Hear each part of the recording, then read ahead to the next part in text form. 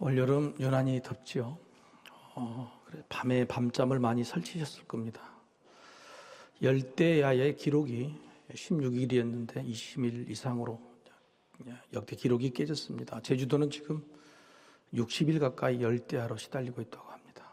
열대야가 뭔지 한번 찾아봤어요. 그랬더니 저녁에 밤에 최저기온이 25도를 넘을 때 열대야라고 말합니다.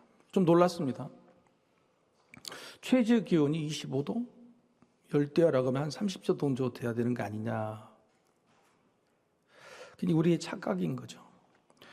사람이 잠을 편안히 잘 수 있는 온도는 20도라고 합니다. 20도의 온도보다 5도 정도 높으면 잠자기 어렵다는 거예요. 그런데 일할 때 25도는 또 최적의 온도일 수 있는 겁니다. 일할 때 25도와 잠잘 때 25도. 온도라는 숫자의 차이가 아니라 뭘 하느냐의 차이가 되는 거죠. 우리는 숫자에 매여 삽니다. 근데 그 숫자에 대한 해석을 잘해야 된다. 나이도 그럴 수 있죠. 제 막내가 아빠 2년만 있으면 아빠 환갑인데 환갑 때 뭘 해줄까? 그래서 그 말을 들으니까 섬찟었더라고요. 사람은 60이 되면 은퇴를 생각하죠. 근데 어떤 사람은 60이 되었으니 60에 해야 될 일들을 계획합니다. 여러분은 60이라는 숫자에 대해서 어떻게 생각하고 계십니까? 인생을 후회로 사시는 분들이 꽤 많습니다. 그런 분들 대부분 특징은 뭐냐면 시간에 쫓겨요. 시간에. 현재를 살고 있지만 과거의 상처나 아픔에 매여 지내거나 아니면 미래라는 시간도 두려워 떨고 살아요. 현재라는 시간을 누리지 못하는 것이 시간에 대한 해석이 잘못되어 있기 때문에 그런다고 하는 겁니다. 인생에서 가장 중요한 것이 시간 아닙니까? 시간을 어떻게 붙들고 사는가? 이것은 해석의 차이다. 그런 겁니다. 여러분 질문 하나 드려볼까요? 여러분 여행을 가서 사진을 찍습니까? 사진 찍기 위해서 여행을 합니까?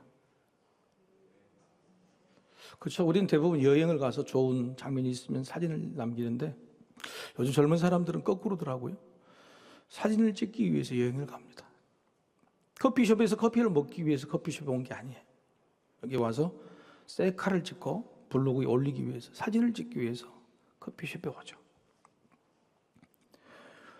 제가 군 제대 말년에 제대를 2달 앞둔 사람들이 대부분 하는 일이 뭐냐면 추억록을 만드는 일이었어요. 추억록. 사진을 또 글을 쓰고 해서 앨범으로 만들어서 나오는 겁니다. 저는 그 일이 좀 그렇더라고요. 그래서 제대 말년 2달 동안 저는 운전병인데 군전병을 꼬셔가지고 철책에 있는 GOP 소대들을 돌아다니면서 또 복음을 전하는 그런 일들을 했죠. 저는 마지막 말년이라는 시간에 그 말년이라는 시간에 추억을 기록하는 일과 새로운 추억을 만드는 일들의 선택이 다 다르다고 하는 겁니다. 여러분에게도 시간이 주어져 있고 그 시간 중에 어떤 시간은 말년이 될 수도 있을 겁니다. 그런데 그 말년이라는 시간에 여러분 추억을 뒤적거리는 기록하는 사람 아니면 그 시간에도 새로운 추억을 만드는 사람, 여러분 지금 어떤 선택을 하고 계십니까? 믿음은 시간에 대한 기대, 시간에 대한 해석이에요. 믿음이 뭐냐? 왜 믿느냐? 교회 와서 평안하고 세상에서 잘 먹고 잘 산다. 그건 믿음이라고 말하지 않습니다. 그건 종교에서만 찾을 수 있는 게 아니고 세상에서도 찾을 수 있는 일이기 때문에. 그래서 믿음, 종교에서의 믿음은 뭐냐면은 죽음 이후의 이야기입니다. 죽음이라는 시간의 끝이죠. 죽음은 시간의 끝을 말합니다. 이 시간의 끝을 해결하는 것이 믿음이에요. 시간의 끝이라는 죽음의 문제를 해결해서 시간을 영원토록 늘려가는 것. 그게 믿음이에요. 그게. 우리 영생이라고 말하죠. 세상에 있는 인류의 모든 역사는 바로 이 시간을 늘리기 위해서 발버둥 쳤습니다. 그런데 어떻게 됐습니까? 오히려 그 모든 일들이 허사였죠. 오히려 사람의 시간을 늘릴 수 없음을 확증하는 그런 역사였을 뿐입니다. 왜냐하면 시간은 조물주의 소관입니다. 시간은 하나님의 재량이죠. 모든 세상에 있는 피조물들은 만들어진 순간부터 정해진 시간을 가지고 태어난다. 그것은 믿느나 믿지 않느나, 교회 다니냐 다니지 않느나 똑같습니다. 여러분, 장례식장에 가면 사람이 이런 말 합니다. 고인이 천수를 누리셨다. 천수라는 한자 단어는요, 희한하게 두 가지 한자를 같이 병용해 있었습니다. 하늘 천자의 목숨 수요, 하늘이 주신 시간 수명을 다 누렸다. 또 하나의 한자는 뭐냐면 하늘 천자의 숫자 수입니다. 수학할 때 쓰는 수예요. 하늘이 주는 숫자에, 숫자는요 하늘이 정하는 거예요. 특별히 나이라는, 인생이라는 시간의 숫자는 하늘이 주신 겁니다. 따라서 우리가 알고 있는 시간이라는 이 숫자에 대한 해석을 우리는 어떻게 하고 있느냐, 째깍째깍 흘러가는 세상의 시간으로 보고 있느냐, 아니면 하나님이 정해주신 시간의 개념을 해석하고 있느냐가 중요하다고 합니다. 여러분, 지금도 째깍째깍 흘러가고, 수험생들 얼마나 마음이 불안합니다. 째깍째깍 흘러가고. 전 아직도요 가위를 눌려요. 고시 공부를 하도 많이 보고 많이 떨어져서 아직도 시험장에서 공부한, 그런데 문제를 바꿔 썼다거나 답안지를 제출하지 못하거나 모르는 답은 벌벌 떠는 그런 장면들이 아직도 제 안에 있어요. 현재를 살면서 고시를 그만둔 지가 30년이 됐는데도 여러분 아직도 그 시간에 매여 있는 거예요. 시간을 어떻게 해석하고 세상을 어떻게 붙잡는 방법 참 중요합니다. 자, 여러분이 한번 여쭤볼게요. 여러분은 일요일이라는 시간이 돼서 예배하러 오셨습니까? 아니면은 예배하는 그 일을 위해서 지금 시간을 쓰고 계십니까? 같은 말인가요? 전혀 다르죠. 살다 보니까 일요일이 됐어. 아침에 일어나기 싫은데 주일날 예배 드려야 되니까 예배하러 오신 것인지, 아니면 예배하는 그 일이 나에게는 너무 귀해서 오늘 일요일 쉴 수 있는데도 불구하고 이 시간을 내가 쓰고 있는 것인지, 시간에 대한 해석의 차이인 거죠. 하나님의 시간은, 하나님이 해석해야 되는 시간은 뭐냐면 시간이라는 째깍째깍이 아니고 일입니다. 그 너에게 주어진 시간에 무슨 일을 했느냐, 이게 시간 개념이에요. 저는 사도 바울을 그래서 너무 좋아합니다. 자신의 양자 같은 디모데에게 마지막 유서 같은 편지를 전해주는 것이 디모데 후서죠. 디모데서에 보면은 사도 바울이 이렇게 말해요. 야, 살다 보니까 죽을 때가 가까이 왔다, 이렇게 쓴 게 아니에요. 할 일을 다 마치고 나니까 열심히 달려오다 보니, 이 일을 다 하다 보니까 나의 갈 때가 됐구나, 이렇게 이야기하는 거예요. 얼마나 멋있어요. 시간을 생기고 죽음을 두려워하고 인생의 마지막을 벌벌 떨면서 기다리는 사람처럼 살던 게 아니라 하나님께서 내게 맡겨주신 그 일들을 열심히 하다 보니까 갈 때가 됐네. 로마서 오늘 본문도 사도 바울이 아름다운 시간 해석이 들어있습니다. 믿음은 시간 해석이에요. 오늘 본문은 두 단락 두 내용으로 나눠져 있죠. 같은 똑같은 본문 13장이지만 13장 안에 여러분이 가지고 있는 성경책에 두 단락으로 본문이 나눠진 걸 볼 수 있을 겁니다. 8절에서 10절이고 그리고 11절부터 14절이 뒷부분이에요. 그런데 이 두 부분이 손바닥에 마주쳐서 소리가 나는 것처럼 연결되어 있어요. 한 가지 의미로. 그 연결된 말씀이 뭐냐면 바로 11절의 말씀, 우리 한번 같이 주목하여 같이 읽어볼까요? 자, 시작. 또한 너희가 이 시기를 알거니와 자다가 깰 때가 벌써 되었으니 이는 이제 우리의 구원이 처음 믿을 때보다 가까웠음이라. 이렇게 여기 시간이란 말이 세 번이나 나옵니다. 근데 그 시기를요 헬라어 단어로 뭘로 썼냐면 째깍째깍 흘러가는 세상의 시간, 크로노스가 아니에요. 하나님의 시간인 카이로스라는 단어를 썼어요. 사건이에요, 일이에요. 시간이 돼서 예배한 게 아니라 예배하기 위해서 시간을 쓰는 거예요. 내 인생 안의 시간이 째깍째깍 흘러가는 거예요. 그게 아니라 내 인생안의 시간을 어떤 일로 쓰느냐, 그 때를 아느냐라고 묻고 있는 겁니다. 그때가 뭐냐면 구원의 때예요. 너에게 주어진 시간은 구원을 위한 시간이에요. 구원을 확증하는 시간이에요. 구원이 확실해지는 시간이에요. 그런데 그 시기가 지금 가까이 왔다는 겁니다. 그 시기가 가까이 오면 올수록 너희 구원도 확실해져야 되는데 확실해지고 있느냐라고 묻고 있는 겁니다. 따라서 오늘이라는 시간 우리는 사실은 구원받기에 합당한 일을 해야 돼. 시간을 그저 보내고 아까워하는 것이 아니라 오늘 이 시간을 구원에 합당한 일들에 사용하고 있는지를 스스로 물어봐야 된다고 하는 겁니다. 그 일이 뭔지 오늘 본문의 앞단락, 그러니까 11절 앞쪽에 기록하면서 10절에 마지막 결론 쪽 이렇게 말합니다. 10절이죠. 같이 한번 읽어보십시다. 다 시작. 사랑은 이웃에게 악을 행하지 아니하나니 그러므로 사랑은 율법의 완성이니라. 지금 시간이 가까웠다. 근데 그 시간은 구원을 이루고 가야 되는 시간인데 그 이루고 가는 완성하는 시간의 결정적인 완성이 뭐냐면 사랑이래요. 지금 우리에게 주어진 시간에 구원의 일을 해야 되는데 그 일이 뭐냐면은 구원을 이룰 수 있는, 우리의 구원을 보장하고 확증하고 확실하게 담보할 수 있는 그 일이 뭐냐면 사랑이라고 하는 거예요. 그래서 율법의 완성, 율법이 뭐냐면은 하나님의 뜻의 완성이, 이게 하나님의 뜻이라는 거예요. 확정이에요.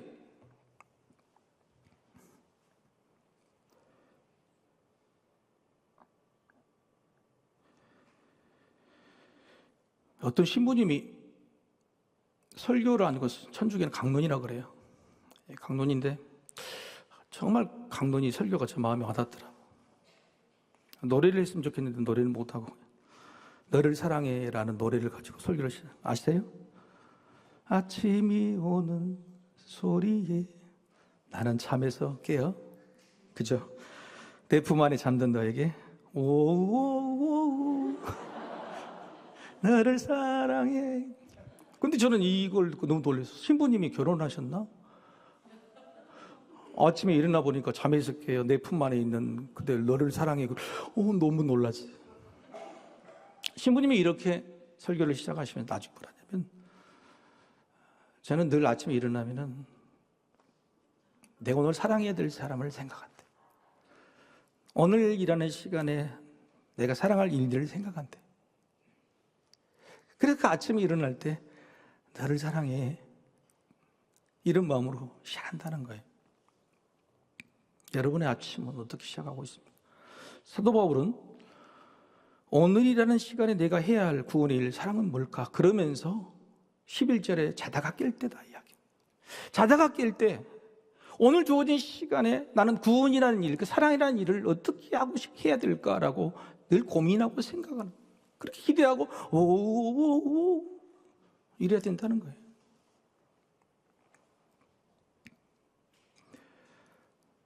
그 구체적인 방법을 사도 바울이 알려주죠. 앞단락에서 9절의 말씀이죠. 이웃을 사랑하는 방법입니다. 간음하지 말라, 살인하지 말라, 도둑질하지 말라, 탐내지 말라 한 것과 그의 다른 계명이 있을지라도 내 이웃을 내 자신과 같이 사랑하신 그 말씀 가운데 다 들었느니라. 정리를 해버립니다. 이웃을 사랑하는 방법 이런 방법인데 아니야. 그 말마다 예수님 하신 이 말씀으로 그냥 끝이야. 율법의 완성이야. 그게 뭐냐면 내 이웃을 네 자신과 같이 사랑하라고 하는 거예요. 우리는 이웃 사랑이라는 말을 너무너무 많이 들었지만 사도 바울은 오늘 그렇게 말하지 않아요.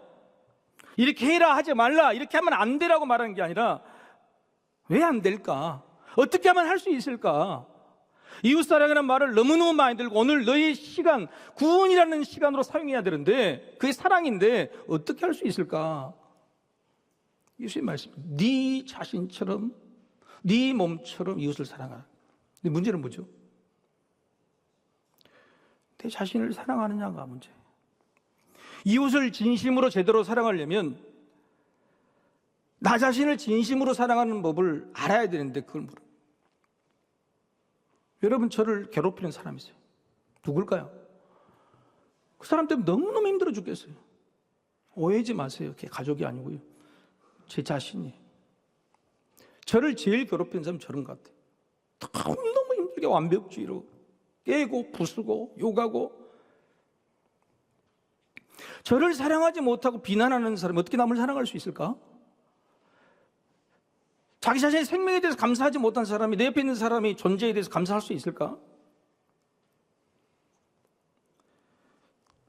사도 바울은 그 이야기라는 거예요. 왜 이웃사랑 하는데 못하는가? 말만 하는가? 네 자신처럼, 네 몸처럼 그렇게 이웃을 사랑해야 되는, 네 몸을 사랑하는 방법, 너 자신을 사랑하는 방법을 모르고 있는 것 같다라고 이야기하는 겁니다. 그래서 바로 뒷단락에는, 앞단락에는 이웃사랑이고 뒷단락에는 이웃을 사랑한 네 자신 사랑, 자기 사랑에 대해서 설명해 주고 있는 거예요. 그걸 11절로 연결하고 있는 겁니다. 나 자신을 사랑하는 방법이 뭘까? 여러분 기억하시죠? 8월 18일 설교, 로마서 12장 설교의 제목 기억하시죠? 어제 일도 기억 못하는데 무슨 8월 18일 이야기냐. 8월 18일 아마 기억이 나실 겁니다. 나의 사람에 대한 설교였어요.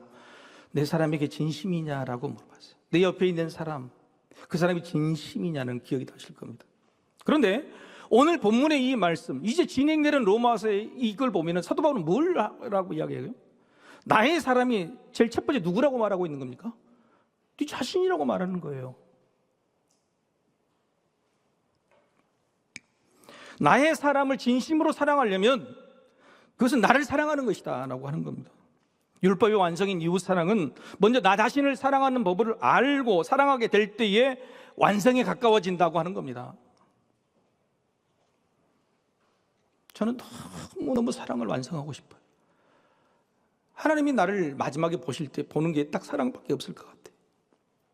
사랑을 완성해 가느냐 묻는 사도 바울의 오늘 나는 그 대답, 나는 나 자신을 사랑하고 있을까라고 다시 질문을 던지게 된 것입니다. 우리는 자기 사랑이라는 말을 기독교에서는 이기주의라고 금기시합니다. 자기 사랑이란 말을. 근데 그렇지 않아요. 사도 바울은요, 자기 사랑에 대한 해석을 달리합니다. 자기 사랑의 방법이 따로 있다고 말해요.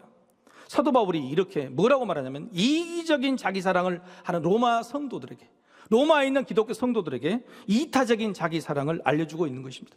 자막이 좀 늦지요? 그 문제를 좀 뛰어넘어가지고. 이기적인 자기 사랑, 뒤쪽에 꼭 읽어야 됩니다. 같이 읽어보시죠. 시작. 이기적 자기 사랑을 하는 성도들에게 이타적 자기 사랑을 알려주고 있는 것이. 이 말이 무슨 말이냐?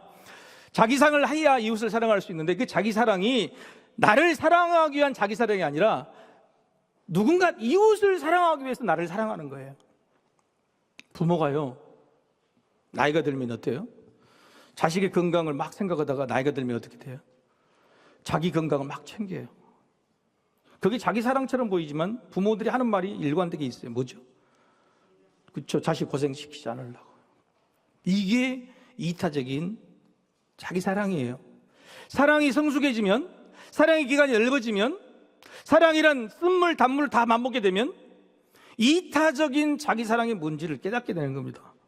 남들이 해라 말아라 사랑이 있다 없다가 말하는 게 아니라 내가 나 자신을 사랑하고 존중하고 지켜주면 내 옆에 있는 사람을 저절로 사랑하게 된다는 사실들을 알게 되는 거예요. 바로 그 방법을 뒷단락에 사도 바울은 이렇게 말합니다. 12절에서 14절 같이 한번 읽어보실까요? 다시 시작. 밤이 깊고 낮이 가까웠으니 그러므로 우리가 어둠의 일을 벗고 빛의 갑옷을 입자. 낮에와 같이 단정히 행하고 방탕하거나 술 취하지 말며 음란하거나 허색하지 말며 다투거나 시기하지 말고 오직 주 예수 그리스도로 옷 입고 정욕을 위하여 육신의 일을 도모하지 말라고 말합니다. 이타적인 자기 사랑은 뭐냐면은 단정해야 돼. 단정해야 돼. 땀만 품지 말아야 돼. 시기하거나 싸우지 않아야 돼. 제가 이번 휴가 기간에 비행기를 타고 여행을 좀 갔습니다. 근데 비행기를 타는 사람이 대부분 참 놀랍게도 갈 때 탄 사람들과 올 때 탄 사람들이 거의 똑같아요. 더 놀라운 것은 여행지에 가면 그 사람이 그 사람이야. 갈 때 손잡고 있던 커플들이요, 하루를 지나서 보니까 손이 떨어져 있더라고. 이틀을 지나니까 앞뒤로 간격이 떨어져 있더라고. 마지막 비행기 타고 올 때는 같이 앉지도 않더라고요. 제가 본 많은 커플들이 대부분 그랬어요. 인생이 뭐냐? 인생은요, 가까운 사람과 함께하는 여행이에요. 가까운 사람과 함께하는 여행이 인생이에요. 그런데 그 여행을 하면 할수록 기간이 길어지면 지를수록 싸운다, 손도 놔버린다, 앞뒤로 간다, 자리도 따리 않는다. 그런 인생이 얼마나 힘들겠어요. 그런 인생이 어떻게 이웃사랑을 말할 수 있겠어요? 왜 그렇게 만드냐면 싸우는 겁니다. 다투는 겁니다. 단정하지 않는 겁니다. 내 안에 있는 것들을 절제하지 못한 거예요. 사랑이 깨어진 건요, 대부분 더 많은 사랑을 주지 않아서가 아니에요. 내 안에 있는 악한 것들, 오늘 말씀처럼 밤에 드러나는 것들, 그런 것들이 드러나는데 그걸 절제하지 못해서 그런 거예요. 사도 바울이 말한 이타적인 자기 절제는, 자기 사랑은 절제라고 말합니다. 그런데 그 절제에는 묘수가 없어요. 밖으로 튀어나오지 않게 막는 거예요. 그래서 갑옷을 입으라. 갑옷을 입으라. 여러분, 갑옷이 뭐죠? 여러분, 갑옷이요, 내 안에 있는 것들이 튀어나오지 않도록 입는 게 갑옷입니까? 아니면 밖에 있는 것들이 나를 뚫지 못하게 만드는 갑옷입니까? 밖에 있는 것들이 나를 뚫지 못하는 게 갑옷이잖아요. 총이나 칼이나 화살이 나 안에 못 들어오게 만든 갑옷인데, 근데 사도 바울은 이걸 반대로 쓴 거예요. 내 안에 있는 것들이 악한 어둠의 생각들이 절제하지 못한 거 튀어나온, 그걸 절제하고 막는 것으로 갑옷을 사용해요. 여러분, 이건 다윗과 골리앗의 싸움에서 극히 증명이 됩니다. 어린 목동 다윗이 골리앗 앞에서 전투를 하잖아요. 혼자 하나. 사람들이 웃죠, 비웃죠. 그러나 그 뜻을 가상하게 이긴 사울 왕이 자기 갑옷을 벗어줍니다. 갑옷을 주섬섬 입던 다윗이요, 벗어 제끼죠. 불편하다는 거예요. 그리고 뭘 가지고 골리앗 앞에 나갑니까? 대부분 일부 입을 때는 물맷돌을 가지고 나갔다. 여러분, 다윗은 물맷돌을 가지고 나간 게 아니에요. 분명히 자기 입으로 이야기하면 나는 하나님의 이름으로 나간다. 하나님의 이름으로 나간다. 세상에 있는 활과 화살, 총들은요, 갑옷을 막을 수가 없어요.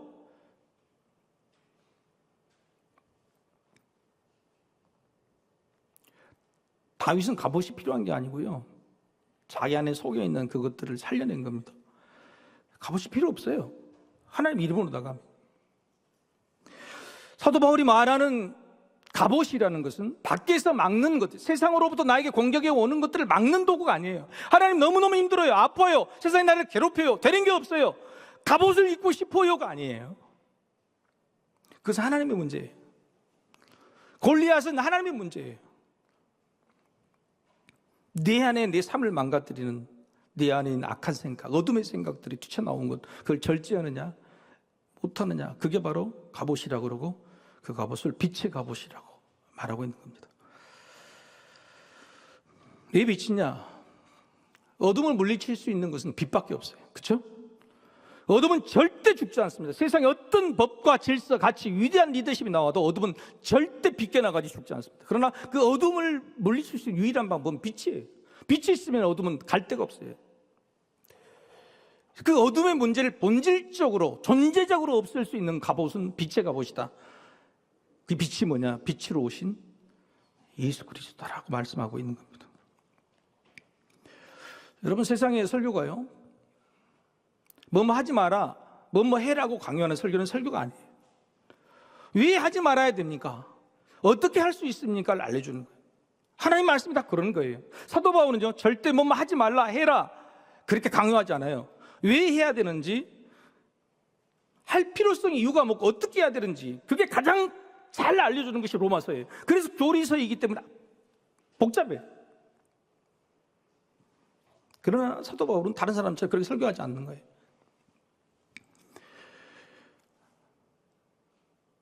오늘 이 로마서라는 게 굉장히 좀 어렵죠. 그래서 좀 쉽게 풀어주는 성경들을 보시면 좋을 것 같아요. 현대인의 성경이나 세번역 성경을 보시면 로마서 이해하기가 좋아요.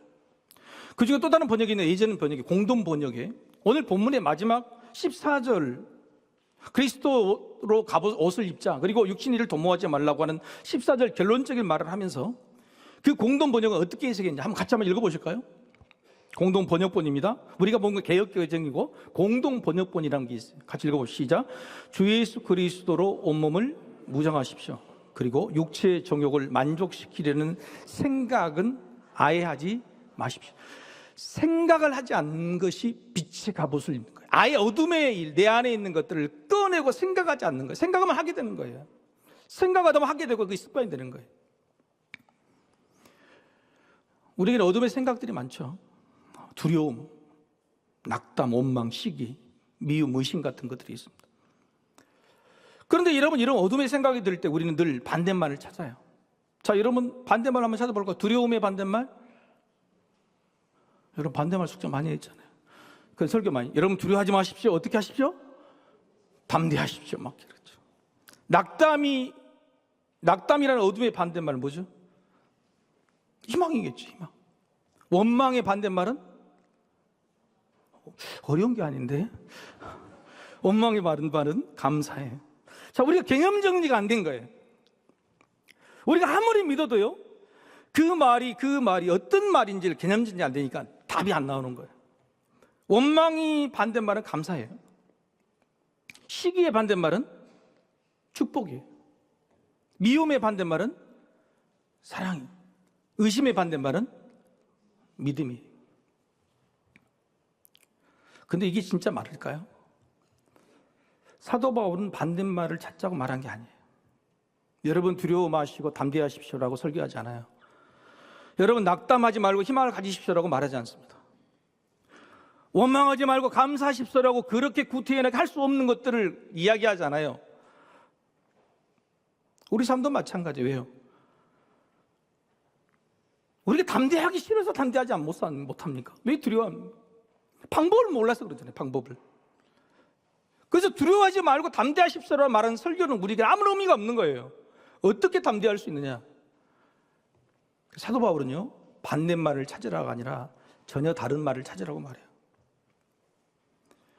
이렇게 말입니다. 두려움의 반대말은 담대함이 아니라 예수 그리스도입니다. 낙담의 반대말은 희망이 아니라 예수 그리스도입니다. 원망의 반대말은 감사가 아니라 예수 그리스도입니다. 시기의 반대말은 축복이 아니라 예수 그리스도입니다. 따라할 법한데 안 따라. 희한해. 그죠, 여러분? 미움의 반대말은 사랑이 아니라 예수 그리스도입니다. 의심의 반대말은 믿음이 아니라 예수 그리스도입니다. 라고 이야기하고 있는 겁니다. 우리는 반대말을 찾아 삽니다. 하나님, 내가 너무 힘들어요. 돈이 없어요. 돈 없는 이 가난의 반대말, 부자가 되게 해주세요. 하나님, 내 너무너무 몸이 아파요. 하나님, 쾌유난 낫게 되는 반대말을 나에게 주세요. 하나님, 내가 너무 자존감이 약해요. 자존감을 세워주세요. 늘 반대말을 향해 삽니다. 그런데 그 반대말은 오히려 우리를 짓누르고 아프게 만들고 낙심하게 만들어요.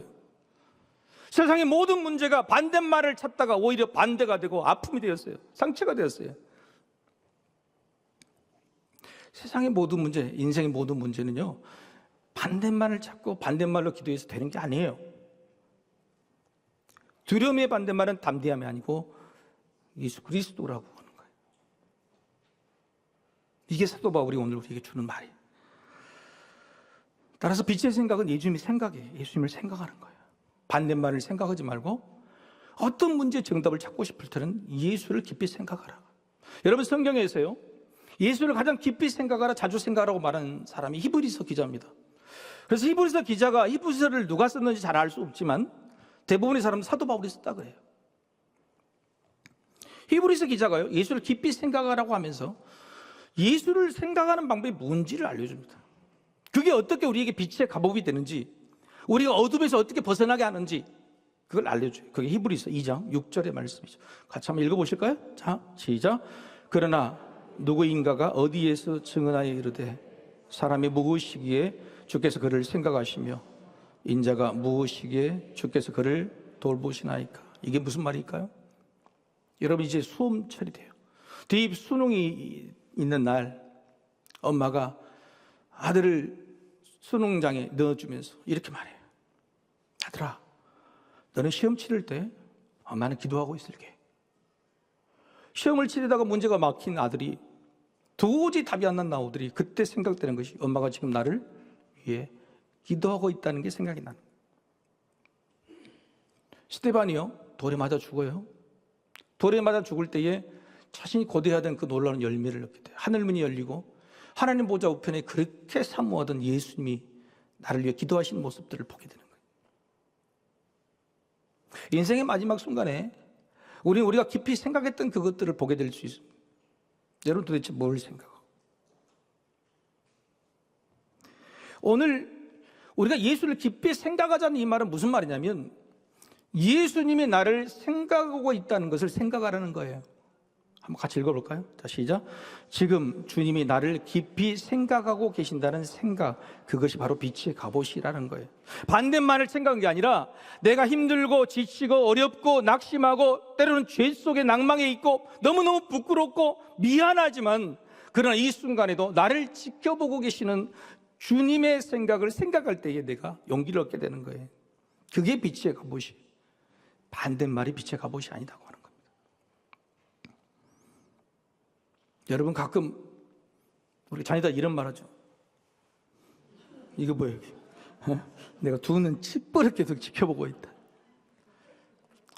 주님이 우리를 생각하시고 지켜보는 게 지금 그런 걸까요? 안타까이 보시죠. 안쓰럽게 보시죠. 아파함에 보시죠. 행여 넘어질세라, 혹시 아플세라고 바라보고 계시잖아요. 구원의 길 끝까지 가지 못할까 봐 노심초사하면서 바라보고 계시잖아요. 나를 바라보고 계시는 주님을 생각할 때에 내 안에 있는 생각들이 정답이 나오게 되는 거예요. 그게 빛의 갑옷이 되는 겁니다. 사랑하는 성도 여러분, 우리가 주님을 깊이 생각하기 전에 이미 주님은 우리를 깊이 생각하고 계십니다. 우리 생각도 주님 생각이기를 소망합니다. 그러나 정확한 것은 주님 생각이 아니고 주님의 생각이에요. 내가 주님을 생각하는 것이 아니라 주님이 나를 생각한다는 것을 생각하는 거예요. 이것이 갑옷이에요. 이 갑옷을 입고 전쟁터에 나가시기를 축복합니다.